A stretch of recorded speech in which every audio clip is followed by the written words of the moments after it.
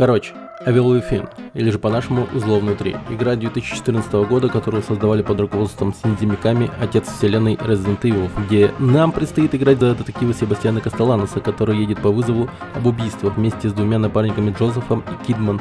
Но на месте случается полная дичь, и весь мир попадает в полный коллапс. В общем, со всем этим нужно разобраться вам.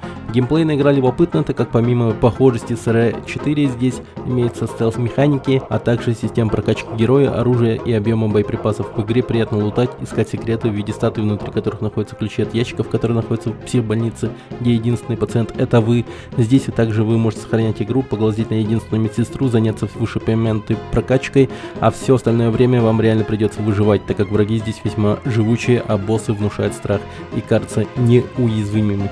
Игра выше всяких похвал, рекомендую к прохождению, спасибо за просмотр.